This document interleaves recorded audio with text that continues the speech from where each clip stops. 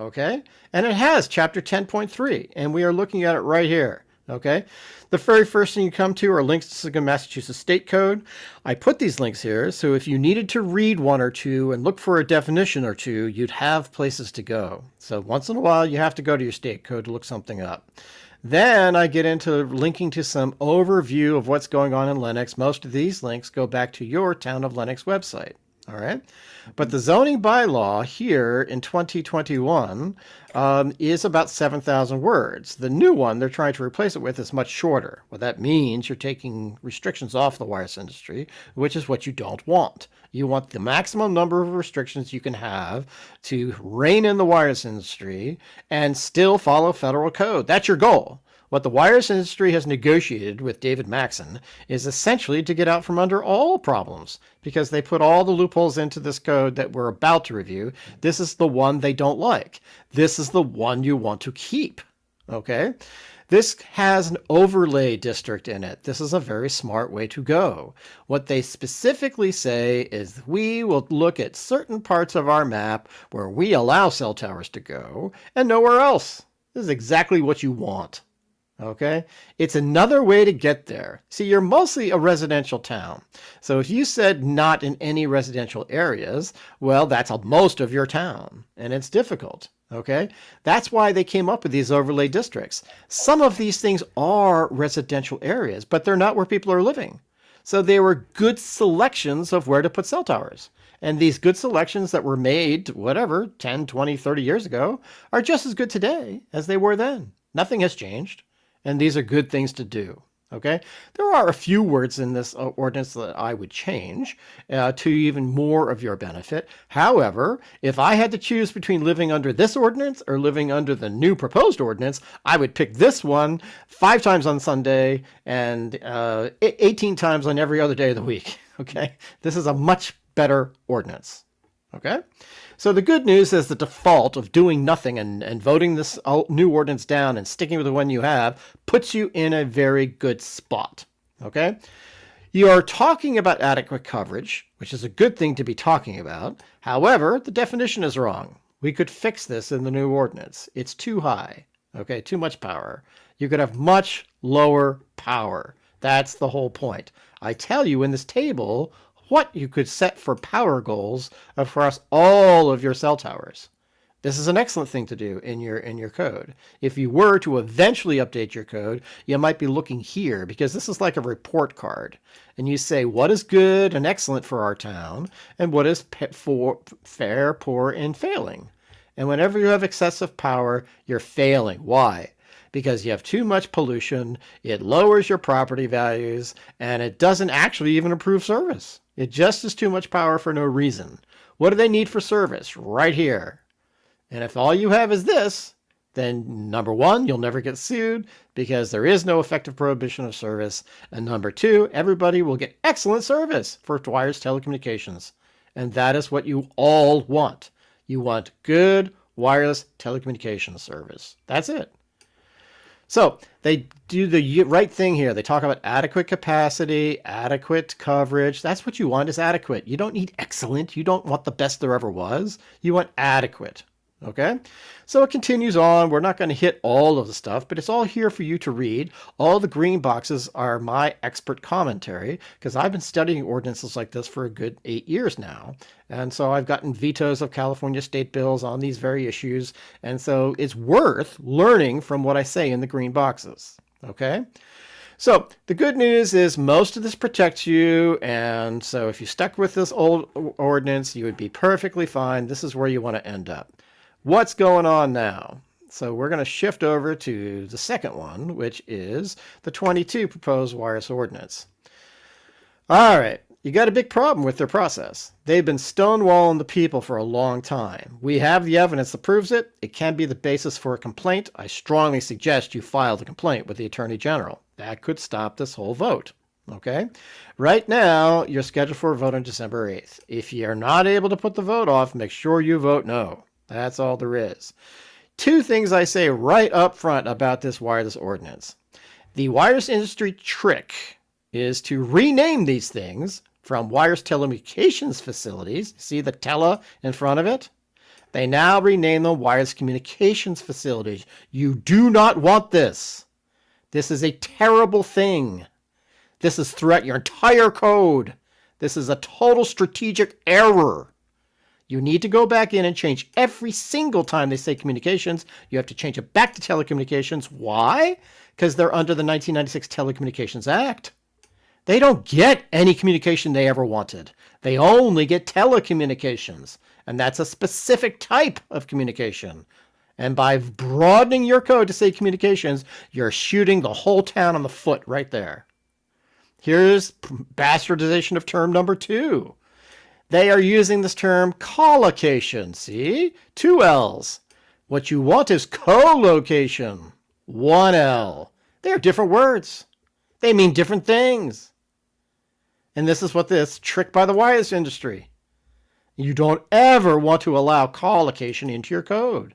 You want to take them all the way back to co-location. And there's a federal definition of co-location. And this is what they're trying to get away from.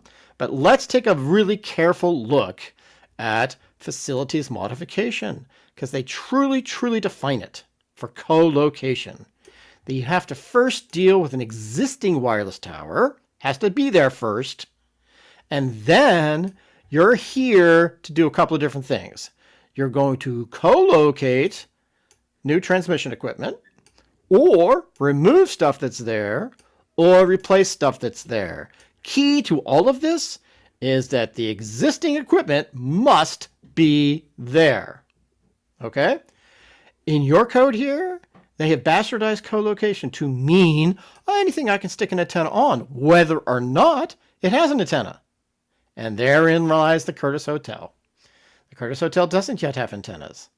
Therefore, it shouldn't qualify as a co-location. However, they may try to get it that way, and it looks like there's enough wiggle room in this ordinance to possibly get it. I'm telling you, whatever protections that these commissioners are trying to give you are not airtight enough, and you need to go back and fix them. What do we see here? These are November 29th revisions. The revisions were made in red on the original document, and the original document is on the Town of Lenox website. I have just copied and pasted this stuff into this document here. If you compare this purpose section to the previous purpose section of the 2021, all you need to do is compare these 2 columns. And you will see that so many words are here to help protect the residents, and they're all taken out over here. These words protect the wireless industry. These words protect the residents. You don't want these as your purposes, okay? And look, they're in priority order, okay? Number 1, we want standards and requirements for regulation of these things. We want procedurals in place. We want to preserve property values. No negative impacts. Minimize, mitigate adverse impacts. Got it, got it. What do they want to do here? Oh, accommodate the wire services. Oh, procedures that help us. Oh, ministers on land use by establishing standards for location and compatibility, meaning let us go where we want to go, as opposed to restrict where we want to go, okay? This is what they added. Encourage the placement of wires. Now, encourage is a nothing word. You understand this, right? It means nothing. Oh, I encourage you. So what? I'm not going to do that. I'm going to do what I want, not what you encourage me to do. Wireless regulation by the Federal Communications Commission. So when you compare them back and forth, you will see that, oh my God, I'd much rather have these be my purposes and the Dalton Gardens purposes be in place than these wires-friendly purposes, okay? And so when you just compare them, just the purposes alone, you will get the flavor of how these ordinances differ and why you want an ordinance much more like Dalton Gardens than you do with the proposed ordinance. So let's just give them easy grades. Dalton Gardens is an A, your 2021 is a B, and your proposed 22 is an F, okay? So at the end of the day, you want to have an A grade, but hey, you can live with a B. Live with a B for a while if you want, because your current ordinance will get you that. All right? It's not as good as it could be, but it's still much better than this. This is a fail. And you don't want this to go through at all. Even if you want better wire service, you don't want this. Okay? Because, I mean, if you go here, you'll get excellent wireless service, and you will get all the protections you need, and you will not give up your property values. This one says I'm going to put antennas anywhere I want, and we don't give a damn about residents' property values. That's what this whole ordinance is about. Give the wireless industry maximum flexibility. And that's what they've done here through all of their tricks. Okay? And their tricks are through preference lists and what I call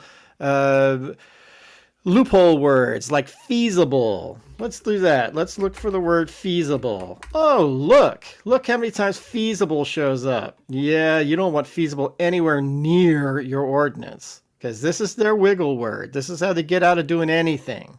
Okay? They just sit there and say, that's not feasible for us. It costs too much. That's why it's not feasible. All right? Nobody defined feasible.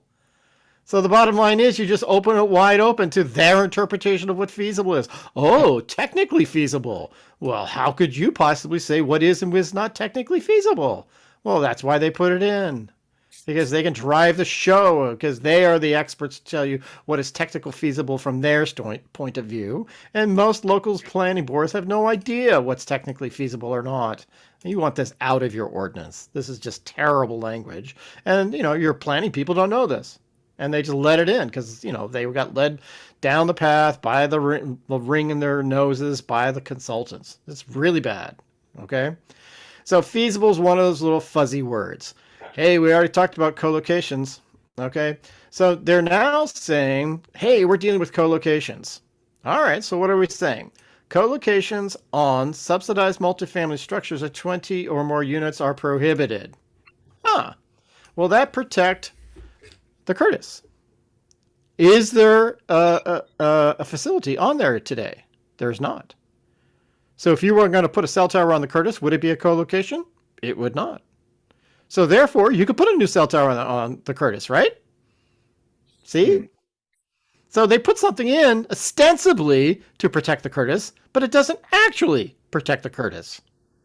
What they should have said is not put it in co-locations. They should have said no wireless telecommunications facilities at all on multifamily structures of 20 units or more.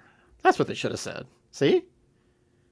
But these are the lazy, shitty things that they do because they're not paying attention. Okay? Now, the other problem you got is this antenna setback thing. Okay? Here you are saying we want to have things set back 100 feet from property line which a residence is located. This doesn't necessarily help you. Okay, let's talk about it. A cell tower is really defined by 3 variables. It's not hard to figure out. Just think about drawing this out on a graph paper. Draw where your house is. Draw how many feet away the cell tower is from your home. That's horizontal. Draw exactly at what height they're going to install the antennas. That's vertical. And then you have to understand what the power output is and the angle at which they point it at you, which generally is somewhere between 5 to 10 degrees to the ground. So now you say to yourself, hey, if I want to be safe from all this microwave radiation, would it be better for me to be 20 feet from a 75-foot tower and than it would be to be 100 feet? Well, of course, you'd be much better off at 20 feet than 100 feet because the whole thing's going to go over you. At 100 feet away, you're right in the worst path of it. Mm-hmm. So this 100-foot setback's doing nothing for you, really. Okay? Until you look at the 3 variables, vertical, horizontal, and power. And you need to know all 3 in order to make good policy. And you should have recipes. If you're going to come in close to a house, you have to be very, very, very low power. And you have to define what low power is. Okay? If you're going to be out there on Route 7 away from homes, you can be taller and have more power. See, there are right recipes for location and right power levels for location, but the locations are dependent upon vertical offset and horizontal offset. And that can be in your code, and it's not, and it should be. All right? Because all they're doing is doing a little 2-step here. And they're trying to say, well, we're going to regulate the stuff that might be on private land and all this other stuff. You know what? We're not going to have too many of those because we're going to come down and strafe your town with small cells. That's what we're going to do. And we're going to claim you have no say over the matter because you haven't done anything in your zoning code to keep us out. And it turns out that your state commission is going to let us in.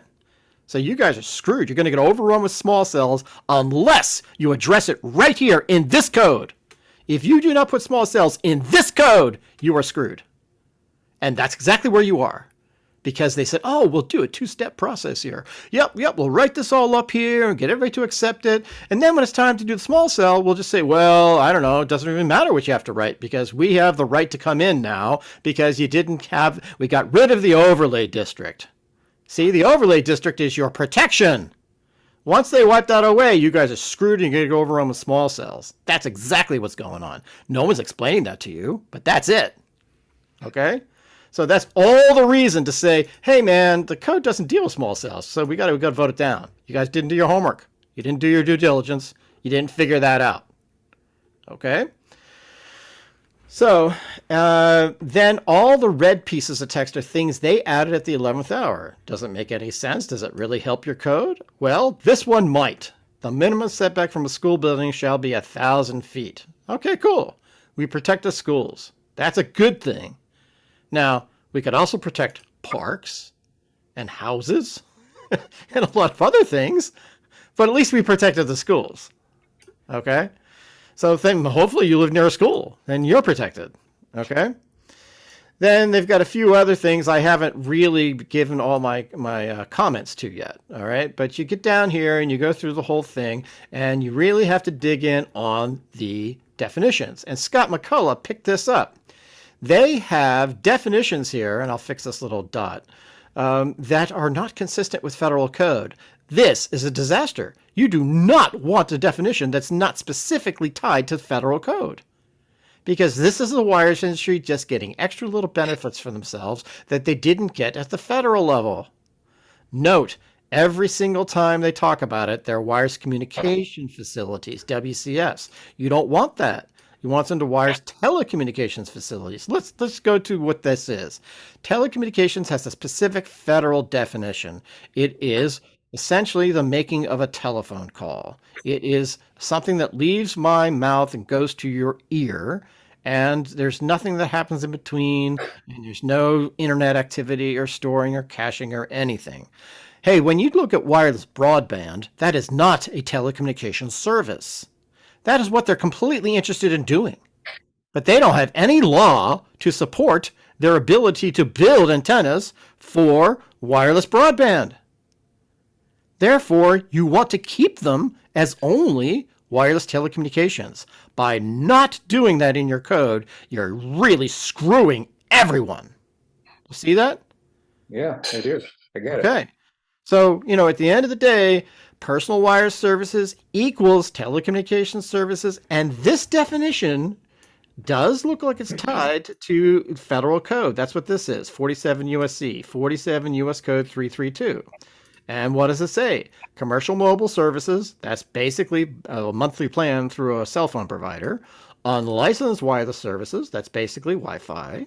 And common carrier wireless exchange access services. That just says that I can participate in the telephone structure to call somebody else's phone, whether or not it's a cell phone. So it has to work either on a switched phone, which is the old copper legacy landline phones, or on a voice over IP phone, which is like a copper landline, but it actually uses the internet. Okay? So that's it. That's where it should change. Now, this note needs to go away, because this is a bastardization of the term. They say this covers communications services offered to the public or a subset thereof of using a network of base stations to link remote subscribers to the communications network. No, that's wireless broadband right there. They just redefined personal wire service on you. Don't let them do it. See what they just did? They just broadened the whole frickin' definition way beyond the federal to give themselves a little special benefit because they think the people on Linux are too stupid to figure it out. Well, they would be right, actually. No, now that you know, you're not. Now that I know, yeah. Okay? But this comes from sitting down and talking about what's in your actual code and not just throwing your hands up and going, it's too complicated. Okay? So this is where they screw you right here in the definitions. Okay? Let's look at what they call a communication facility. Installation of equipment or utilities for the provision of personal wireless service to link remote user equipment to a communications network. There's your problem. Link to a remote communications network. You take that out, and now you're back to the federal definition. You see how they're doing it? Sneaky, sneaky, sneaky. Wow. Okay. We're not just personal wire service. We're also able to link out to a communications network. Bang! We just got broadband in there and we never called it broadband. Thank God. Well, don't let them. Don't let them do it. Okay. Supporting antennas and their associated equipment. There's nothing wrong with this one. Okay. Substantial change. Type of modification to an existing approved wireless, should say telecommunications again, as defined here. That's federal. This is Code of Federal Regulation, and that's different than U.S. Code. U.S. Code are the laws that are passed by your elected representative. Code of Federal Regulations is what's done by the FCC. This is solid in stone. You got to go by it. This is a bunch of bullshit overreach that you may or may not have to go by. And so the wireless industry always likes to talk about Code of Federal Regulation as if it is federal law. And in many cases, it is not. Sometimes it is. Only when it's been upheld by the courts. But most of it is not, because most of it has not been challenged. So you don't have to go along with every single thing that the FCC utters. Okay? You only go to things that were stood up in court. That's all. And that's a very small subset, just so you know. Can I say something? Yeah. One of the things that I heard Maxim talking about was basically he was saying that we can really kind of cherry pick this code to what works for us. He said, because it's not all critical. So he was letting them know that they could sort of pick what they needed, but didn't have to include everything. He wants the least amount of code possible so they can open it up for the wireless industry. Come on now. You want this 54,000 words from Andrew Campanelli to lock them in a box and make sure they don't move until you let them do what they want, what you want them to do. Yeah.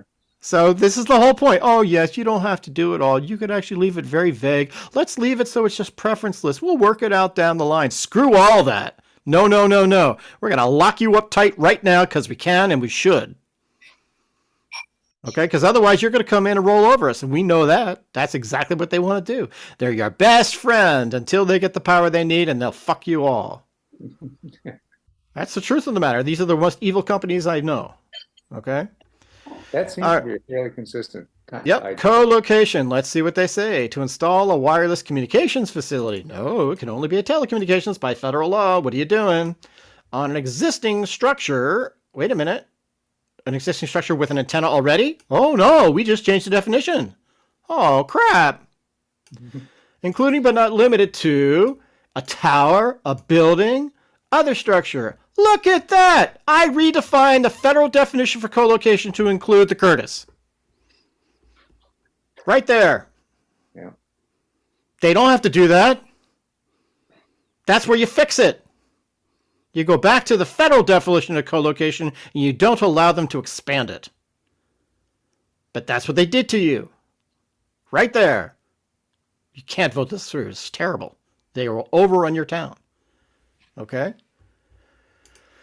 All right. Antenna is a device consisting of elements and one or more elements that transmit or receives electromagnetic radio frequency signals. And anytime I talk about signals, I also put in the word pollution, because that's exactly what it is. And if everybody started thinking about this as pollution, then they would sit down and go, well, what should we do? The least amount of pollution possible. Oh, that's right. It shouldn't be unfettered pollution, but that's what they're asking for. Okay? And they talk about antenna arrays. Oh, put as many antennas as we want. Okay? So they've just built everything they wanted here in this definition of antenna. Screw them. Go back to your federal definitions. Don't allow them to do local definitions. This is what Maxon wrote because the wireless industry attorneys told him to put these in there. You don't want to let these in at all. You want to go right back to your federal definitions and nothing more. Okay? Does this make sense?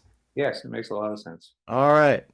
So at the end of the day, there are these things called exempt facilities, and they are things that already exist, and they can come in and they can actually upgrade it by federal law. You don't really need special local law for exempt facilities because it has federal law.